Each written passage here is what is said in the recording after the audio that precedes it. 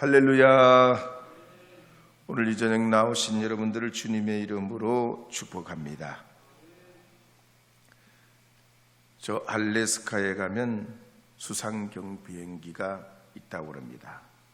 이 수상경 비행기는 뜰 때 물에서 뜨고 내릴 때도 물 위로 내립니다. 오리처럼 말이죠. 하루에 800대가 운영된다고 그래요. 어떻게 한번 같이 가보실래요? 아멘을 안 하시네. 믿음대로 될지어다. 참말이요. 제가 지금까지 목회하면서 살아왔는데 하나님이 믿음대로 꼭 주시더라고. 믿음대로 되게 하셔요. 안 된다고 하는 사람은 항상 그 이상을 못 넘어가요. 된다고 하는 사람은 항상 그 위를 넘어가게 돼 있어요. 무리하게 여러분하고 어디 여행을 가려고 제가 그런 말씀 드리는 게 아니라 하나님은 믿는 자들에게 주시는 선물과 은혜가 있는 줄 믿으시기 바랍니다. 그래서 이 알래스카에 이 경비행기가 물에 앉았다, 물에서 떴다, 그 800여 대가 운영되고 있는데, 이 알래스카는 아시다시피 전부 바다나 강이나 계곡이나 산에 얼음이 있어요. 물 위에도 얼음이 둥둥 떠다니고 말이죠. 그러니까 웬만하면 눈이 있고 이런 데는 신발이 일반 신발로는 미끄러워서 못 다녀요. 그 침이 뾰족하게 나온 크레폰이라는 신발을 신어야 구덩이에 빠지지 않고 빙판에 미끄러지지 않습니다. 우리가 우리의 인생길도 살아갈 때 마구잡이로 내 인생, 내 힘, 내 모든 지혜를 쏟아붓는다고 되는 게 아니란 말이에요. 그래서 사람은 자꾸 안 되는 걸 실패해 보고서 교훈을 얻어서 그 다음에는 안 되는 길로 안 가고 되는 길로 가게 돼 있어요. 근데 우리 인생이 2번, 3번, 4번 여러 번 거듭해서 다시 살고 다시 얻을 기회가 있으면 상관이 없는데 우리 일생은 단 한 번밖에 없어요. 거꾸로 돌아설 수 없고 그냥 앞으로만 가야 되기 때문에 이 구원의 길, 믿음의 여정을 우리가 다시 한번 어떻게 살 수는 절대 없단 말이에요. 특히 주님의 나라가 가까우면 가까울수록 하나님 앞에 곧장 주님의 나라로 들어가는 하나님의 축복을 얻어야 할 줄 믿습니다. 그래서 저는 오늘 누가복음 18장 18절에서 27절 말씀을 중심으로 영생의 길이라는 제목으로 말씀을 증거하려고 합니다. 이제 누가복음 18장 18절 읽어보도록 하겠습니다. 읽겠습니다. 어떤 관리가 물어 이르되 선한 선생님이여 내가 무엇을 하여야 영생을 얻으리까? 어떤 이 관리는 같은 복음서에 보면 젊은 사람이고 부자입니다. 예수님을 찾아와서 선한 선생님이여 제가 무엇을 해야 영생을 얻을 수 있겠습니까? 그랬습니다. 여러분 어떻습니까? 옛날도 그렇고 지금도 그렇죠. 젊은 데다가 부자고 출세에서 높은 관직에 있기가 쉬워요, 어려워요? 이 세 가지를 몽땅 다 갖추기가 진짜 어려워요. 제가 요즘에 여러분도 유튜브 보시겠죠? 유튜브를 간간히 보면 젊고 부자고 성공적인 삶을 사는 사람들이 많더라고. 의외로 굉장히 많아졌어요. 예전보다가. 예전은 굉장히 소수인데 지금은 젊고 부자고 성공적인 삶을 사는 사람이 많아요. 왜 보겠어요? 제가 왜 그걸 보겠어요? 왜 보겠어요? 더 젊어지려고? 더 부자 되려고? 아니지요. 여러분이 그렇게 젊고 부자 되고 출세하고 성공적인 삶을 살게 하는 비결이 어디에 있냐? 이 목사가 여러분의 삶을 어떻게든 기도하며 도와줄 수 있는 길이 뭔가 살피느라고 이런저런 모색을 하는 게, 그러다 보니까 이것도 보고 저것도 보는데 어쨌든 젊고 부자고 출세한 사람이 많아요. 근데 오늘 이 성경에 보면 바로 예수님을 찾아온 사람 그래. 젊고 부자고 출세해서 높은 관직에 올라가 있어요. 산에 들인 공예원이, 이야, 남부러울 게 없는 사람이요, 젊은 데다가, 그 다음에 부자지, 출세했지. 이야, 이런 사람 진짜 요즘에도 파이어족들이 많잖아요. 파이어족들이 의외로 많아요.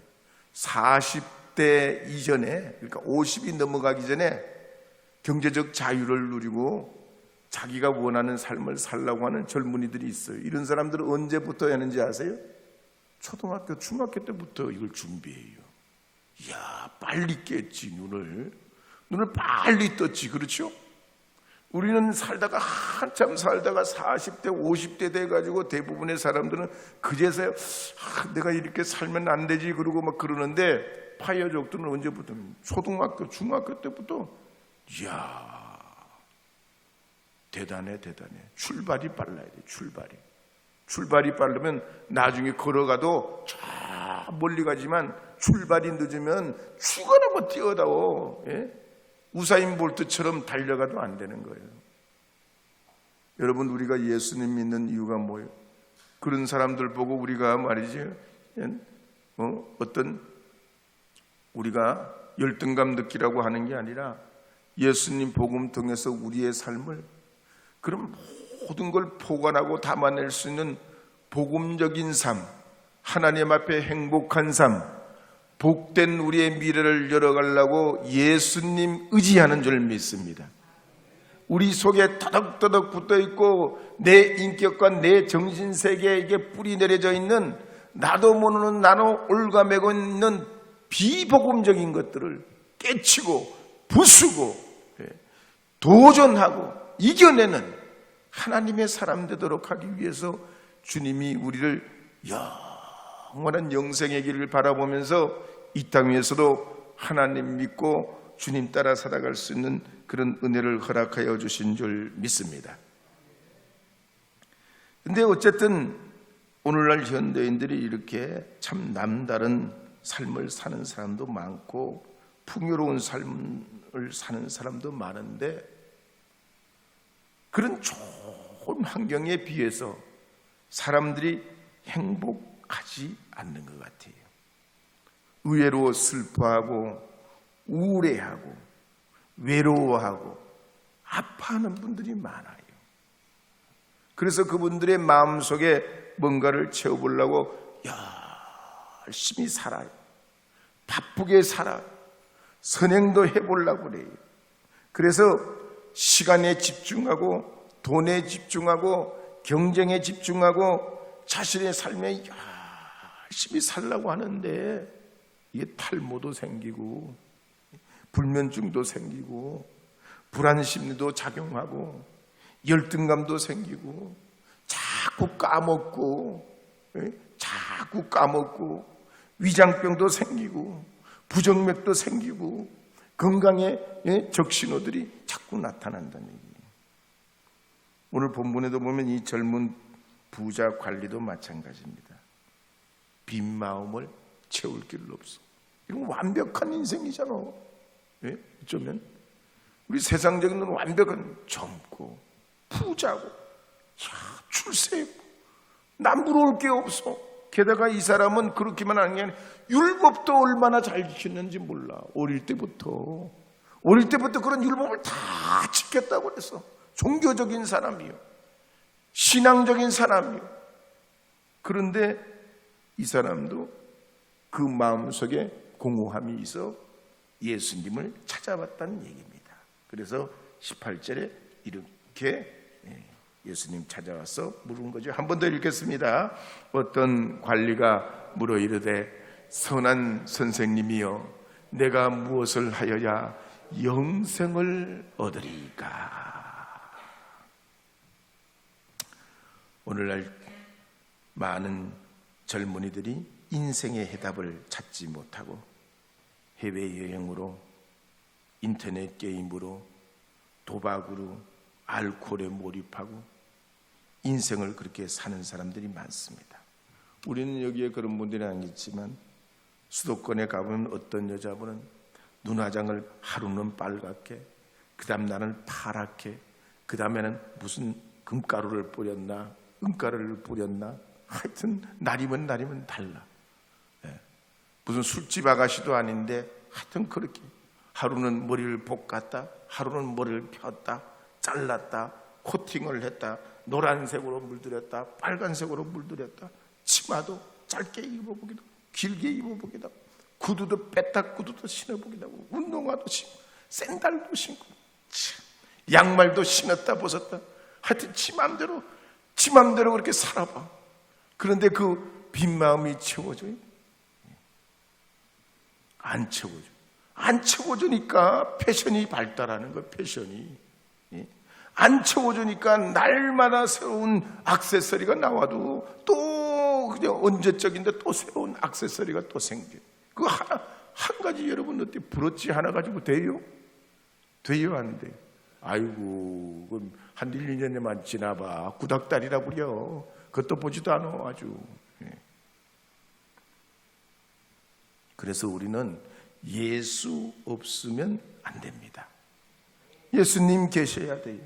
아무리 출세하고 건강하고 결혼을 잘하고 직장생활, 사업에 인생에 무슨 모든 걸 다 갖췄다 해도 우리는 예수님 만나기 전에는 답이 없어요. 빛 대신 예수님 앞에 나오기 전에는 여전히 어둠 속에 있는 거예요. 오늘 이 부자 젊은이 이 관리가 그랬단 얘기예요. 그래서 예수님께 나왔단 말이에요. 예수님께 나와요. 오늘 그러므로 우리가 주님 앞에 나와야 하는 줄 믿으시기 바랍니다. 우리 옆에 분에게 인사해. 참 잘 오셨습니다. 참 잘하셨습니다. 진짜 잘하신 거예요. 진짜 잘하신 거예요. 만약에 오늘 교회 안 나오고 댁에 가시면 일찍 말이죠. 이렇게 저렇게 정리하고 또 유튜브 볼라나. 그래서 주님 앞에 잘 나오신 줄 믿으시기 바랍니다. 누가복음 18장 18절 한 번 더 읽어보겠습니다. 읽겠습니다. 세 번째 읽는 시작. 어떤 관리가 물어 이르되 선한 선생님이여 내가 무엇을 하여야 영생을 얻으리까? 이 젊은이가 그랬단 말이에요. 자기가 모든 걸 갖추고 있고 또 모든 삶을 자기가 그렇게 섭렵하며 살았지만 영생을 위해서는, 영원히 사는 영생을 위해서는 뭔가를 준비해야 되지 않냐라고 생각했던 것 같아요. 그래서 힌두교에서는 세 가지 방법을 사용합니다. 영생을 얻기 위해서 첫째는 의무에 충실하고 힌두교에서 가르치는 법을 다 지켜야 돼요. 첫 번째. 두 번째 방법은 힌두교의 신을 숭배해야 되는데 힌두교의 신 중에서 제일 어떤 그런 위력이 있는 신이 누구냐면 암소요. 암소. 음매하는 암소요. 그래서 이 인도 사람들, 힌두교 섬기는 사람들은 절대로 암소를 잡서요, 안 잡서요?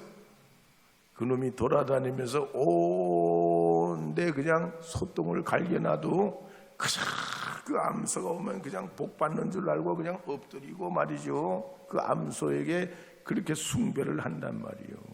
참 기가 막히지. 세 번째는 의무를 다고, 두 번째는 신을 섬고, 신 중에 신, 여러 오만 신을 다 섬겨요. 힌두교에서. 암소만 섬기는 게 아니고 그 중에서 제일 유력한 신이 암소요. 암소. 그래서 인도에서는 소를 안 잡아 잡서. 태어나려면 어디에 태어나야 돼? 소는 인도에 태어나면 수지 맞아. 절대로 안 죽어. 그냥 생을 다할 때까지 살 수 있어요. 세 번째는 구원 얻는 길은 열반에 이르러야 구원을 얻는다고 그래요. 열반에 이르러 모든 걸 해탈하고 열반에 이르러, 그 열반에 이르기 위해서는 뭘 하냐? 선행을 해야 된다고 봐요. 선한 일을. 그래서 수행하고 명상하고 자기를 헌신하려고 애를 써요. 여러분 보세요. 이 힌두교에도 다 자기 헌신이 있고 선행이 있고 명상이 있고 수행이 있어요. 이게 종교가 가지는 특징 중에 하나예요. 그리고 더 이걸 집중하게 하기 위해서 뭘 하냐? 요가를 하는 거예요. 괜히 요가를 하는 게 아니에요. 더 집중하기 위해서, 종교적인 삶에 더 집중하기 위해서 이 몸을 단련시켜요. 몸을 단련시키면서 마음을 단련시켜요. 이거 한번 새벽기도 때 얘기한 적이 있지만, 그러다 보면 그것도 안 돼. 그러니까 이상한 쪽으로 가, 그 요가가. 여러분도 한번 요가 한번 배우면 이상한 쪽으로 가, 끝에 가서는 이상한 쪽으로 가요.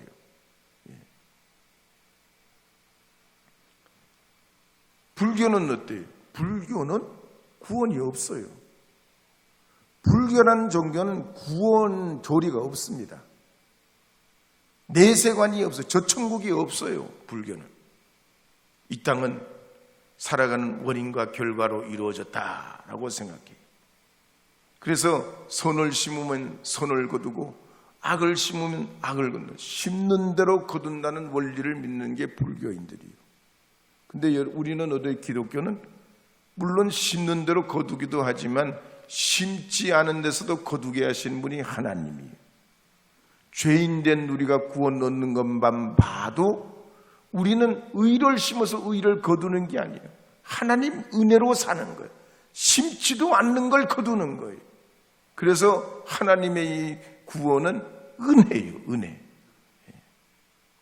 그러니까 이 불교인들은 어떻게든 손을 심어서 손을 거두려고 팔정도를 행한다고 그랬잖아요.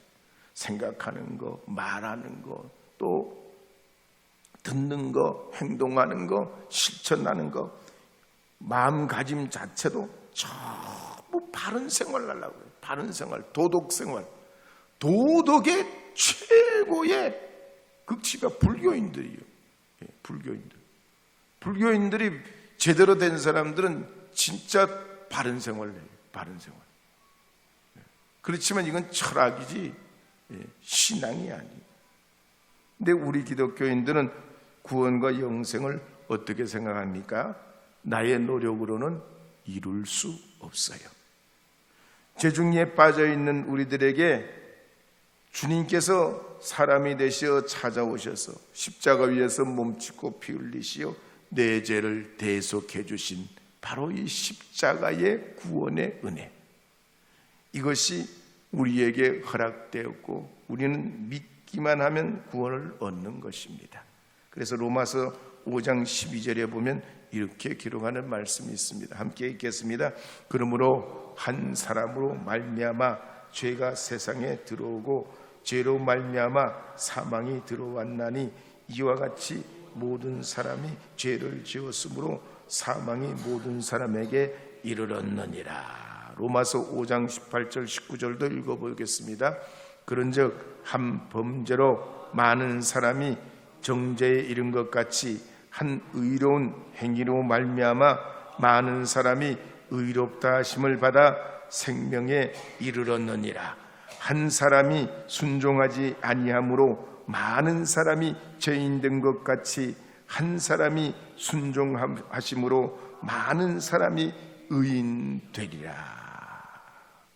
히브리서 9장 28절도 읽어보겠습니다. 이와 같이 그리스도도 많은 사람의 죄를 담당하시려고 단번에 들이신 바 되셨고 구원에 이르게 하기 위하여 죄와 상관없이 자기를 바라는 자들에게 두 번째 나타나시리라. 아멘. 이번에 캄보디아에서 붙잡혔거나 범죄에 연루된 뉴스가 연일 나오고 있습니다.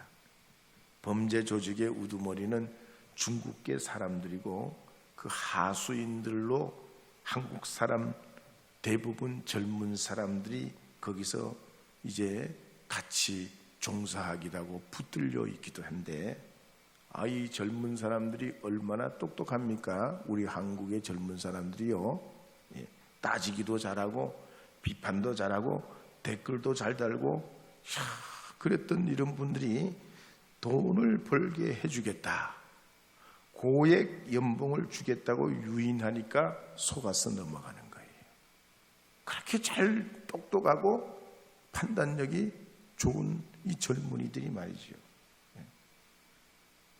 속아서 캄보디아로 가면 어떻게 되냐? 가자말자 납치돼 가지고 여권 뺏기고 휴대폰 뺏긴다는 거예요. 온갖 폭력에 시달리고, 그 남자애들만 있는 게 아니고 여자애들도 있어요. 그 유인돼 가지고 붙잡혀가지고, 그래서 그냥 고생하다가 빠져나오려고 어떡하냐? 자기 지인들을 대신 불러오게 하는 거야. 한 사람 불러오면 너 보내준다, 이런 식으로. 그래서 또 유인의 그 지인을 불러와서,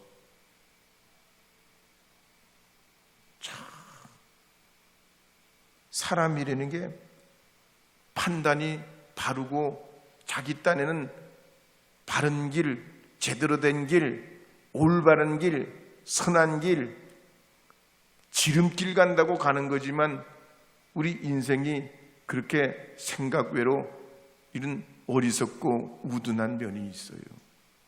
내가 왜 그랬을까? 여러분도 그랬잖아요. 내가 왜 이렇게 했을까?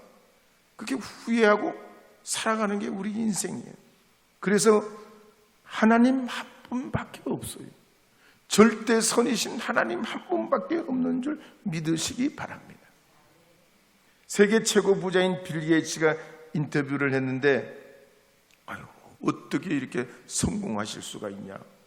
이야, 어떻게 이렇게 훌륭하실 수가, 어떻게 세계적인 부자가 됐냐? 사람들이 물었어요. 그랬더니 이분이 얘기가, 나는 절대로 머리가 안 좋다는 거야. 머리가 안 좋은데도 부자가 될 수 있나 봐. 그러면 어떻게 부자가 됐냐? 머리도 그렇게 안 좋은데. 이분 얘기가, 나는 생각한 걸 실천했을 뿐이라고 해요. 생각한 걸 실천했을 뿐이야. 우리는 아는데 실천을 못하는데, 그 사람은 아는 걸 했다는 거예요.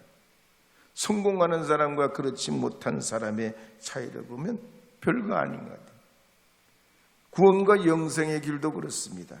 예수님을 아느냐 모르느냐, 절대 선이신 하나님과 함께 하느냐 아니냐에 따라 우리가 영생의 길로 나가게 되는 줄 믿으시기 바랍니다. 저희 시조 할아버지가 본래 중국 사신이셨어. 이 혈통이 중국 사람이요. 내가 중국 사람처럼 보여요? 니하오마? 중국 사람처럼 보여요? 대부분 우리가 여기 대한민국 사람들이나 동남아 사람들은 DNA가 거의 같죠. 사실 따지면, 또 깊이 따지면 거기가 거기예요. 하여튼 저희 시조 할아버지가 삼국시대 때 저 일본으로 사신으로 갔다가 풍랑을 만나가지고 표류하는 바람에 지금 경북에 있는 영덕 지역에 포착하게 됐어요. 그리고는 기화를 합니다. 기화를 했는데 그렇게 산 지가 벌써 1000년이 넘었어. 그렇게 산 지가. 그 후손들이 퍼져가지고요. 근데 저희가 그 고향이 산골 깊은 곳이잖아요. 우리는 어릴 때만 해도 어르신들이 전부 청학동 사람들처럼 상투를 이렇게 만들어가지고 갓을 쓰고 그렇게 살았어요. 우리 어릴 때는. 여러분도 그러셨죠? 아닌가? 우리만 그랬나 보네. 그래서 어른들이 특히 말이죠, 까만색을 흰색이라고 그래도 이랬어. 아버지가 뭐라 그러면 무조건 무릎 꿇고 탁 앉아가지고 말씀을 듣고 그렇게 자랐어요. 저희는 여전히 보수적인 성향이 있지. 그러니까. 근데 오늘 이 본문에 나오는 이 전문 부자 관리도 자기 딴에는 자기 노력으로 하여튼 무지 잘 살아보려고 했어요. 종교적인 계명도 지키고 613가지 율법 조문도 지키고, 그런데도 구원의 길이 보이지 않더라는 거예요. 왜? 구원은 은혜로 되는 거기 때문에, 나의 노력으로 이루어지는 것이 아니고 하나님이 우리에게 선물로 주셔야만이 가능하기 때문인 줄 믿습니다. 독일의 작가인 린더가 젊어지는 방이라는 소설을 썼는데, 그 소설에 보면 그 방에 들어갔다 나오기만 하면 젊어진대요. 그래서 70대 할머니가 거기에 찾아갔어요. 그랬더니 그 방을 관리하는 직원이 할머니에게 말씀드려요. 할머니, 이 방에 들어갔다 나오면 당연히 젊어지는데, 만약에 들어갔다 나오면 다시 거꾸로 살지는 못하고 옛날 그 시절 그때부터 다시 시작되는 겁니다. 그러니까 할머니 그러셔도 이 방에 들어가시겠습니까? 라고 물어봐요. 뭐라고 할게요? 절대로 안 들어간다고 그러더래요. 절대로 안 들어가. 과거에 그런 어렵던 힘든 삶을 다시 반복하고 싶지 않다는 거죠. 우리가 지나보면 아름답고 멋있고 대단하고 괜찮은 것 같아도, 또 정말 우리의 어려웠던 힘들었던 과거로 돌아오라 하면 돌아갈 사람이 있냔 말이에요. 그러니까 우리 주님께서는 구원과 영생을 얻게 하시는데 거꾸로 돌아가는 게 아니라 저 천국 향하여서 나가게 하여 주시는 줄 믿으시기 바랍니다. 요즘도 자꾸 우리 젊은이들이 자살을 하잖아요. 초중등생, 지금은 초등학생, 중학생들이 자꾸 죽어. 하루에 20명씩 죽는데, 초등학생, 중학생들이. 아니면 자해를 시도해. 어쩐 일이요? 애들이 무슨 고민이 있어? 그래야 안 그래요? 우리는 애들이 무슨 걱정이 있어? 우리가 이게 뭐 이렇게 지내다가 한숨을 훅 하고 이렇게 쉬어, 어릴 때. 그럼 어르신들이 그래. 야, 애들이 뭐가 힘드냐? 그래. 애들이 무슨 고민이 있다고 그 녀석들이 그냥 자살을 해. 게다가 선생님들도 요새는 작년 한 해 동안 28명이 자살해서, 선생님도 죽고 좀 학생도 자꾸 뒤져. 이거 어쩐 일이요? 청소년 3%가 자살을 시도한다고 그래요. 말씀드리면 30, 40도 말할 것도 없고 다 사망률 1위가 자살이요. 이 나라가 어떻게 이게 이렇게 돼 가겠냐 말이에요. 이거는 단순한 어떤 우연이나 무슨 어떤 그런 시대적 잠깐의 어떤 문제가, 우리의 이 사회의 영적 저변에 문제가 있다는 거예요. 뭐냐면 가장 그 큰 원인이 뭐냐면 무신론이요. 무신론.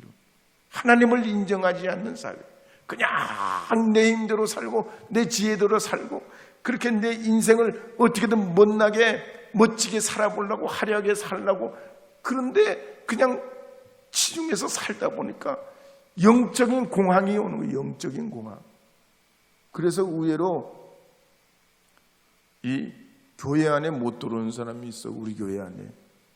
어떤 사람 못 들어오는지 아니? 공황장애 있는 사람들. 이런 공간 안에 못 들어와 있어. 왜? 어두운데, 터널 같은데 못 지나다니. 그런 사람들이 많아요. 엄청 많아요.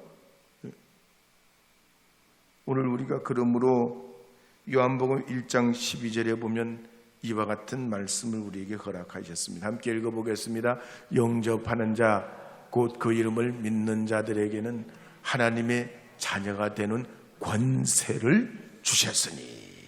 로마서 10장 13절도 읽겠습니다.